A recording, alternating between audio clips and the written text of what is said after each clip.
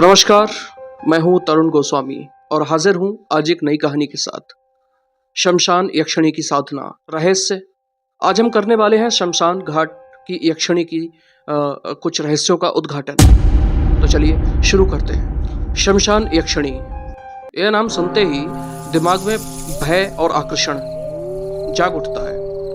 वह यक्षिणी जो शमशान भूमि की ऊर्जा से ओतप्रोत है, जहाँ चिताएं जलती हैं, भूत प्रेत विचरण करते हैं और मौत की सघन गूंज हर पल सुनाई देती है।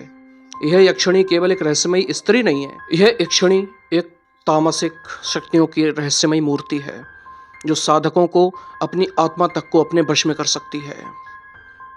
शमशान का अर्थ होता है भय पवित्र और भय स्थान, जहां जिंदगी और मौत दोनों एक साथ रहते हैं।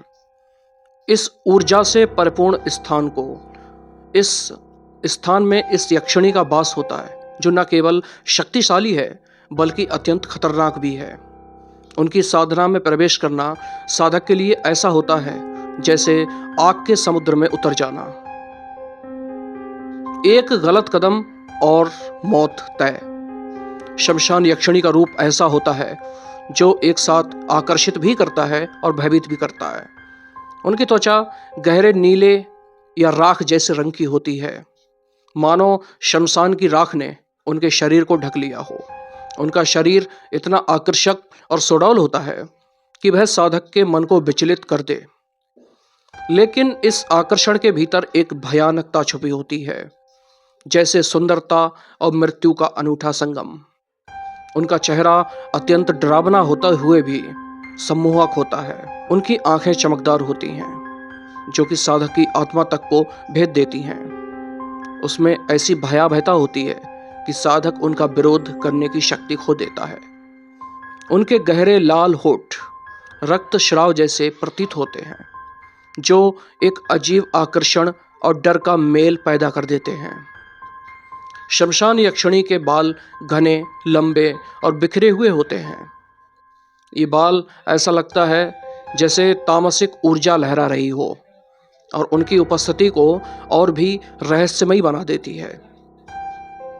जहां शमशान यक्षिणी की उपस्थिति होती है, वहां अजीबोगरीब और भयानक आवाजें गूंजने लगती हैं।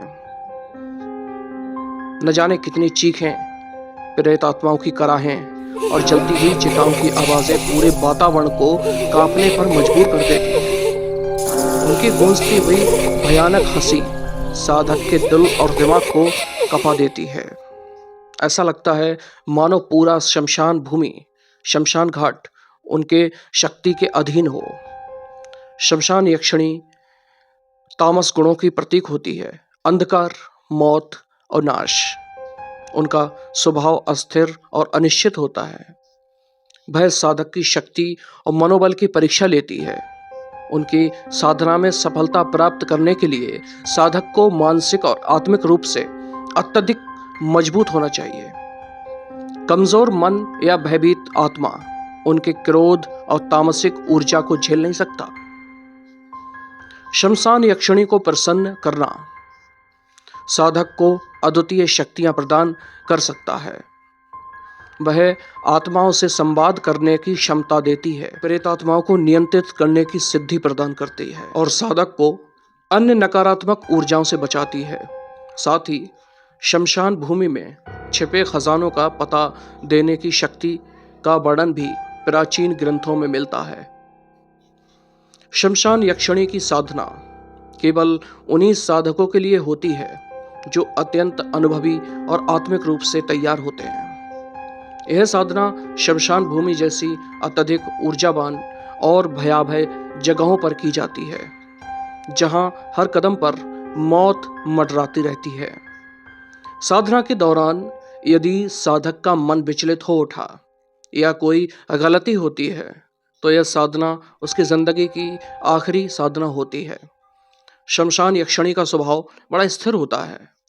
साधक का जरा सा डर, लालच या मोह उनके क्रोध को बढ़ा सकता है, जो साधक के लिए विनाशकारी हो सकता है। इसलिए उनकी साधना करने वाले को न केवल गुरु का मार्गदर्शन चाहिए, बल्कि अपने अंदर साहस और आत्मविश्वास भी होना चाहिए। शमशान यक्षिणी की साधना में सफलता प्राप्त करने पर साधक को अद्भुत तांत्रिक शक्तियां मिल जाती हैं। वह मौत को और अंधकार के भय से जीत लेता है, अंधकार को जीत लेता है, मौत को जीत लेता है, तामसिक ऊर्जाओं को जीत लेता है। इसके साथ ही वह साधक को शमशान भूमि की रहस्यमयी शक्तियों का स्वामी भी बना सकती है।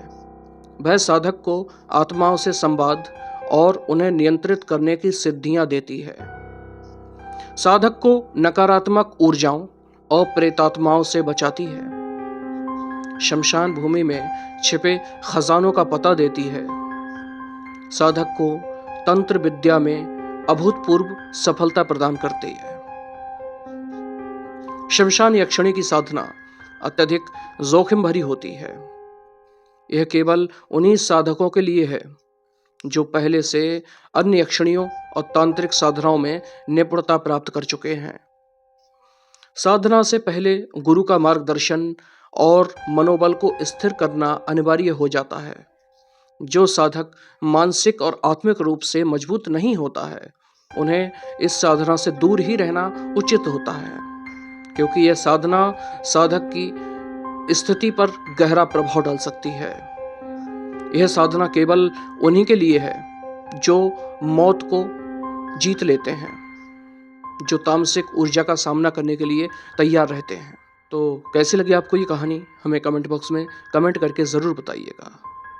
मिलते हैं कल फिर से एक नई कहानी के साथ। तब तक के लिए नमस्कार।